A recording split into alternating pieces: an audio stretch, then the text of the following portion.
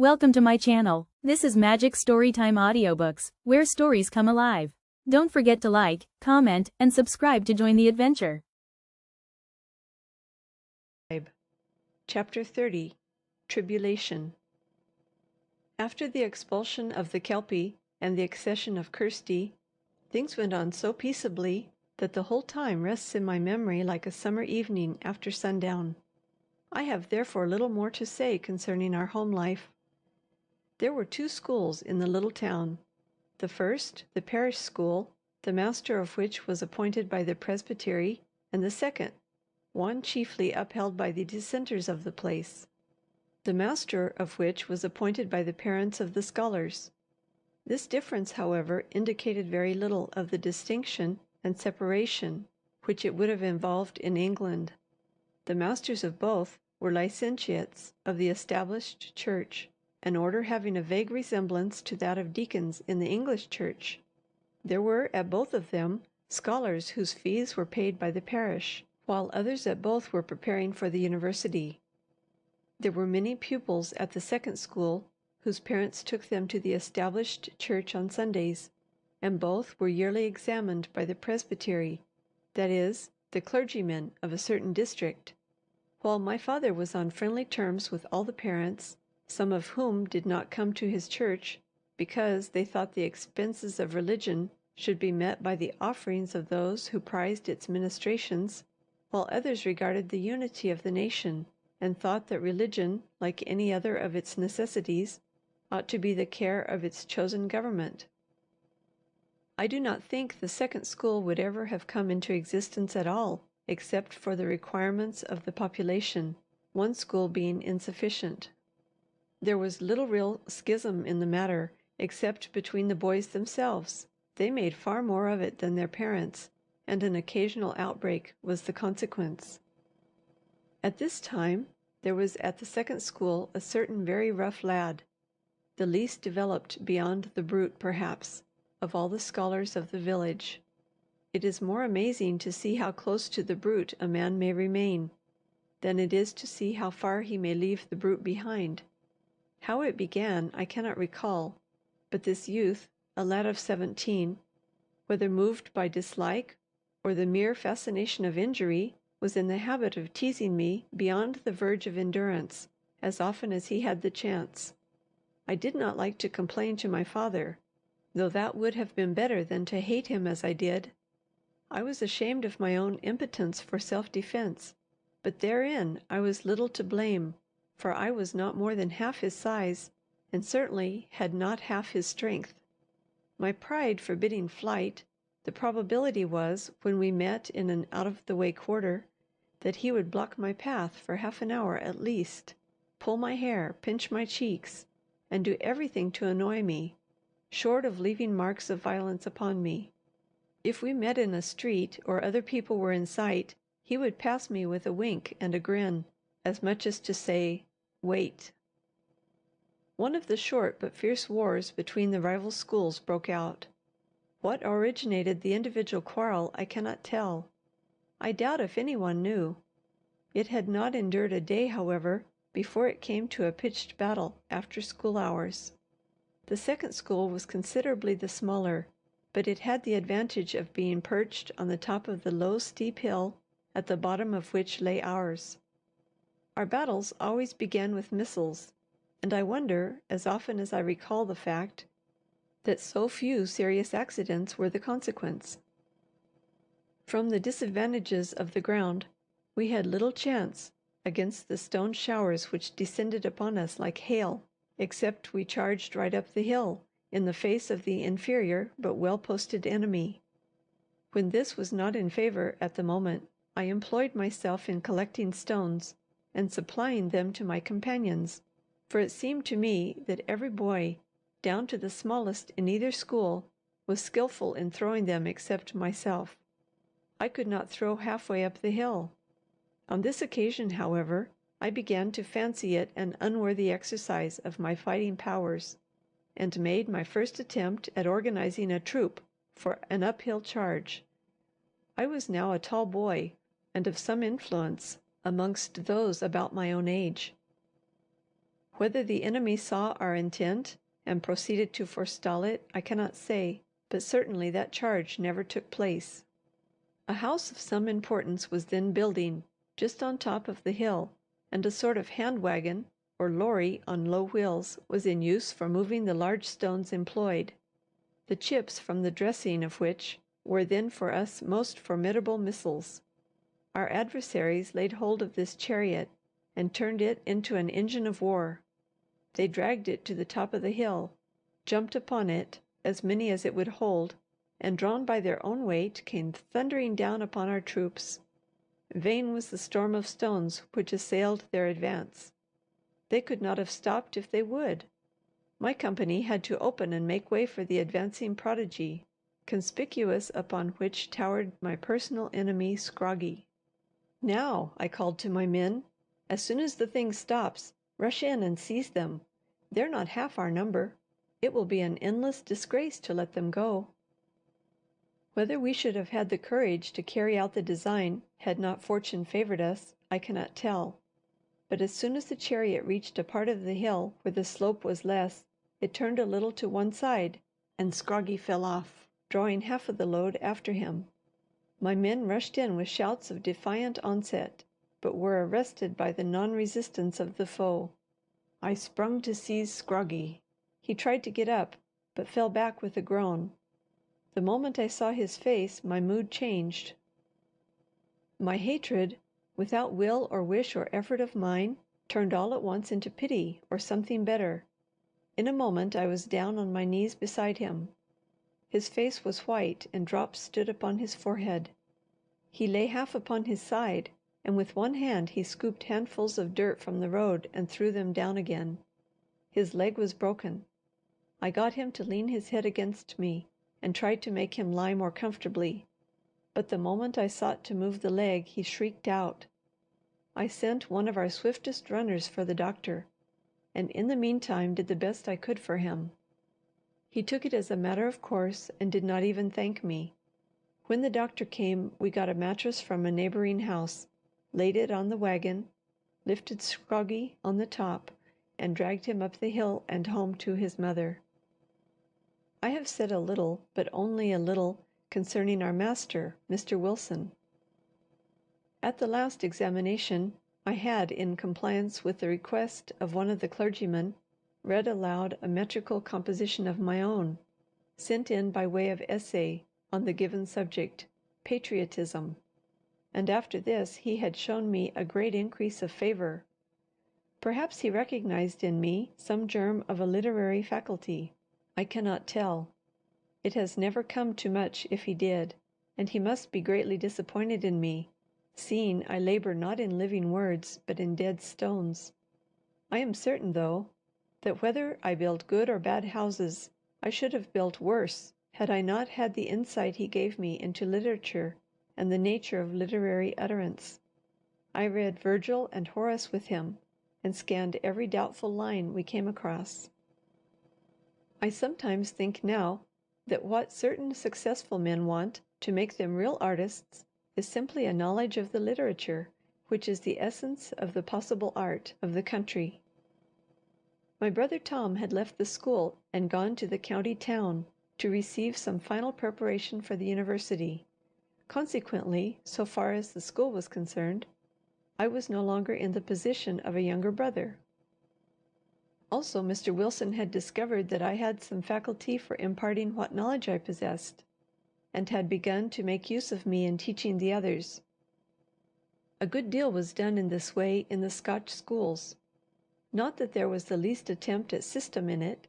The master at any moment would choose the one he thought fit, and set him to teach a class, while he attended to individuals, or taught another class himself. Nothing can be better for the verification of knowledge, or for the discovery of ignorance, than the attempt to teach. In my case, it led to other and unforeseen results as well. The increasing trust the master reposed in me, and the increasing favour which openly accompanied it, so stimulated the growth of my natural vanity, that at length it appeared in the form of presumption, and, I have little doubt, although I was unaware of it at the time, influenced my whole behaviour to my schoolfellows. Hence arose the complaint that I was a favourite with the master, and the accusation that I used underhand means to recommend myself to him, of which I am not yet aware that I was ever guilty.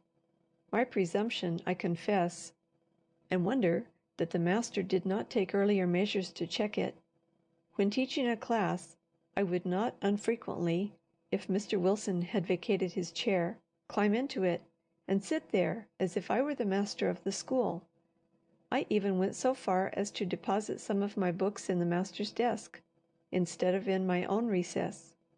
But I had not the least suspicion of the indignation I was thus rousing against me. One afternoon I had a class of history.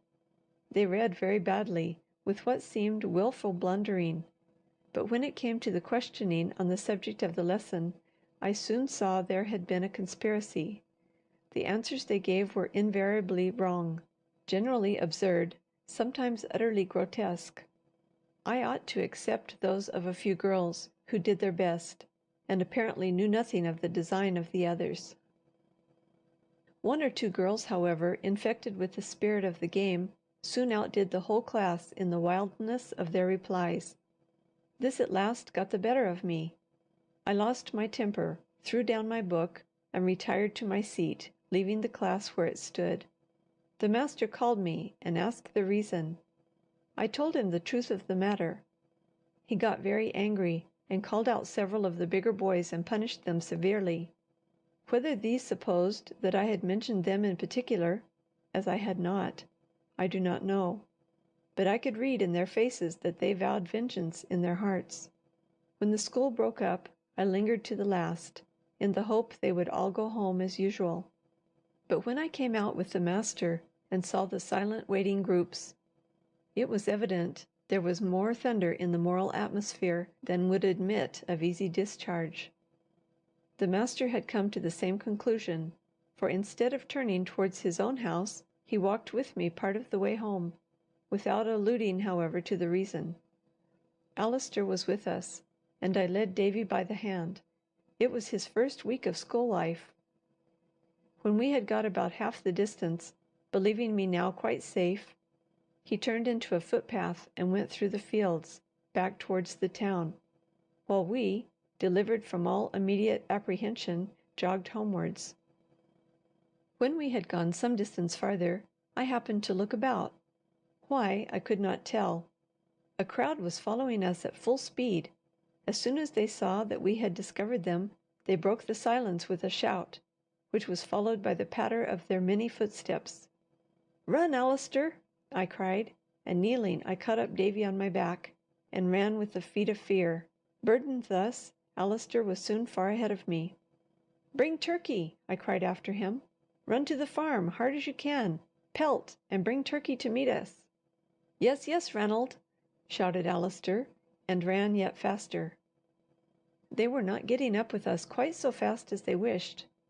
They begun, therefore, to pick up stones as they ran, and we soon heard them hailing on the road behind us.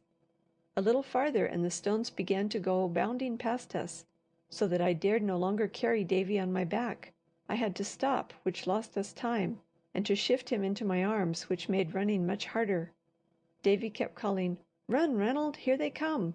and jumping so, half in fear, half in pleasure, that I found it very hard work indeed. Their taunting voices reached me at length, loaded with all sorts of taunting and opprobrious words. Some of them, I dare say, deserved, but not all. Next a stone struck me, but not in a dangerous place, though it crippled my running still more. The bridge was now in sight, however, and there I could get rid of Davy and turn at bay, for it was a small wooden bridge, with rails and a narrow gate at the end, to keep horsemen from riding over it. The foremost of our pursuers were within a few yards of my heels, when, with a last effort, I bounded on it, and I had just time to set Davy down and turn and bar their way by shutting the gate, before they reached it. I had no breath left, but just enough to cry, "Run, Davy!" Davy, however, had no notion of the state of affairs, and did not run, but stood behind me staring, so I was not much better off yet. If he had only run, and I had seen him far enough on the way home, I would have taken to the water, which was here pretty deep, before I would have run any further risk of their getting hold of me. If I could have reached the mill on the opposite bank, a shout would have brought the miller to my aid. But so long as I could prevent them from opening the gate, I thought I could hold the position.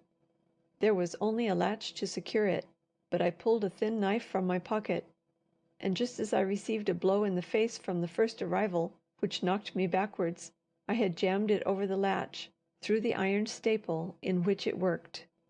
Before the first attempt to open it had been followed by the discovery of the obstacle, I was up, and the next moment, with a well-directed kick, disabled a few of the fingers which were fumbling to remove it. To protect the latch was now my main object, but my efforts would have been quite useless, for 20 of them would have been over the top in an instant. Help, however, although unrecognized as such, was making its way through the ranks of the enemy. They parted asunder, and Scroggy, still lame, strode heavily up to the gate. Recalling nothing but his old enmity, I turned once more and implored Davy. "Do run, Davy dear! It's all up," I said, but my entreaties were lost upon Davy. Turning again in despair, I saw the lame leg being hoisted over the gate. A shudder ran through me. I could not kick that leg, but I sprang up and hit Scroggy hard in the face. I might as well have hit a block of granite. He swore at me, caught hold of my hand, and turning to the assailants, said, "Now you be off. This is my little business. I'll do for him." Although they were far enough from obeying his orders, they were not willing to turn him into an enemy, and so hung back expectant. Meantime the lame leg was on one side of the gate, the splints of which were sharpened at the points, and the sound leg was upon the other. I, on the one side, for he had let go my hand in order to support himself, retreated a little, and stood upon the defensive, trembling, I must confess, while my enemies on the other side could not reach me so long as Scroggy was upon the top of the gate. The lame leg went searching gently about, but could find no rest for the sole of its foot, for there was no projecting crossbar upon this side. The repose upon the top was anything but perfect, and the leg suspended behind was useless. The long and the short, both in legs and the results, was, that there Scroggy stuck, and so long as he stuck, I was safe. As soon as I saw this, I turned and caught up Davy, thinking to make for home once more. But that very instant there was a rush at the gate. Scroggy was hoisted over, the knife was taken out, and on poured the assailants, before I had quite reached the other end of the bridge. "At them, Oscar!" cried a voice. The dog rushed past me on to the bridge, followed by Turkey. I set Davy down, and holding his hand, breathed again. There was a scurry and a rush, a splash or two in the water, and then back came Oscar, with his innocent tongue hanging out like a blood-red banner of victory. He was followed by Scroggy, who was exploding with laughter. Oscar came up wagging his tail, and looking as pleased as if he had restored obedience to a flock of unruly sheep. I shrank back from Scroggy, wishing Turkey, who was still at the other end of the bridge, would make haste. "Wasn't it fun, Ranald?" said Scroggy. "You don't think I was so lame that I couldn't get over that gate? I stuck on purpose." Turkey joined us with an inquiring look, for he knew how Scroggy had been in the habit of treating me. "It's all right, Turkey," I said. "Scroggy stuck on the gate on purpose." "A good thing for you, Ranald," said Turkey. "Didn't you see Peter Mason amongst them?" "No. He left the school last year." "He was there, though, and I don't suppose he meant to be agreeable." "I'll tell you what," said Scroggy. "If you like, I'll leave my school and come to yours. My mother lets me do as I like." I thanked him, but said I did not think there would be more of it. It would blow over. Allister told my father as much as he knew of the affair, and when he questioned me, I told him as much as I knew. The next morning, just as we were all settling to work, my father entered the school. The hush that followed was intense. The place might have been absolutely empty for any sound I could hear for some seconds. The ringleaders of my enemies held down their heads, as anticipating an outbreak of vengeance, but after a few moments' conversation with Mr. Wilson, my father departed. There was a mystery about the proceeding, an unknown possibility of result, which had a very sedative effect the whole of the morning. When we broke up for dinner, Mr. Wilson detained me, and told me that my father thought it better that for some time at least I should not occupy such a prominent position as before. He was very sorry, he said, for I had been a great help to him, and if I did not object, he would ask my father to allow me to assist him in the evening school during the winter. I was delighted at the prospect, sank back into my natural position, and met with no more annoyance. After a while I was able to assure my former foes that I had had no voice in bringing punishment upon them in particular, and the enmity was, I believe, quite extinguished. When winter came and the evening school was opened, Mr. Wilson called at the manse, and my father very willingly assented to the proposed arrangement. The scholars were mostly young men from neighbouring farms, or from workshops in the village, with whom, although I was so much younger than they, there was no danger of jealousy. The additional assistance they would thus receive, and the respect for superior knowledge, in which, with my advantages, I had no credit over them, would prevent any false shame because of my inferiority in years. There were a few girls at the school as well, among the rest Elsie Duff. Although her grandmother was very feeble, Elsie was now able to have a little more of her own way, and there was no real reason why the old woman should not be left for an hour or two in the evening. I need hardly say that Turkey was a regular attendant. He always, and I often, saw Elsie home. My chief pleasure lay in helping her with her lessons. I did my best to assist all who wanted my aid, but offered unsolicited attention to her. She was not quick, but would never be satisfied until she understood, and that is more than any superiority of gifts.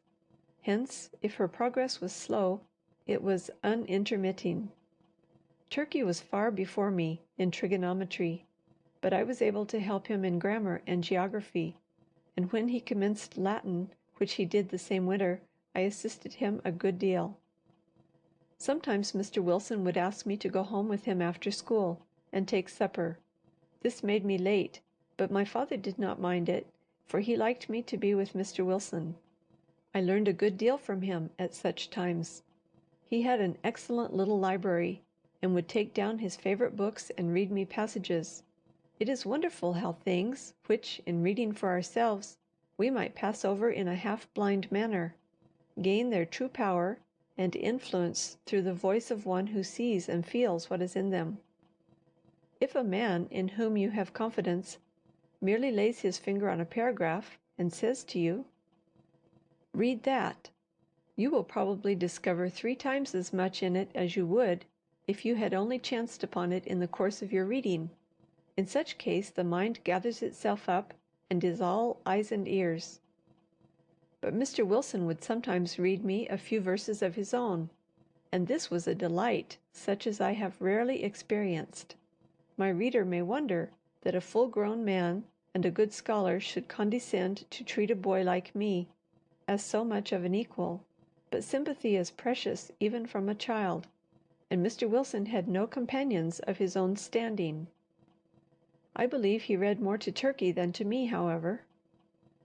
As I have once apologized already for the introduction of a few of his verses with Scotch words in them, I will venture to try whether the same apology will not cover a second offence of the same sort.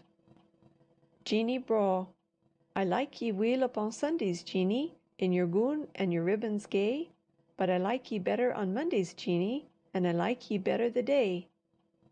For it will come into my head, Jeanie, o' your braws ye are thinking a wee, no all o' the Bible seed, Jeanie, nor the minister, nor me. And hame across the green, Jeanie, ye gang with a toss o' your chin. Us twa there's a shadow atween, Jeanie, though your hand my arm lies in. But noo when I see ye gang, Jeanie, busy wi' what's to be dune, liltin' a haveless sang, Jeanie, I could kiss your verra shoon. Wi' your silken net on your hair, Jeanie, in your bonny blue petticoat, Wi' your kindly arms a bare, Jeanie, on your verra shadow I dote. For oh, but you're ardent and free, Jeanie, airy o' heart and o' fit. There's a licht shines oot o' your ee, Jeanie, o' yoursel' ye think na a bit.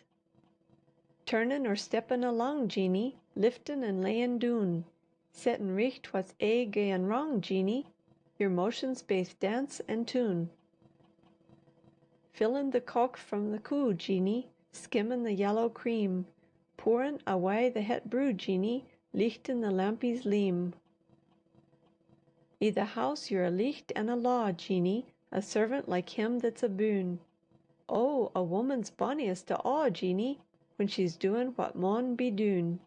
So dressed in your Sunday clothes, Jeanie, fair claith ye among the fair, but dressed in your ilka days, Jeanie, your beauty's beyond compare. End of chapter 30.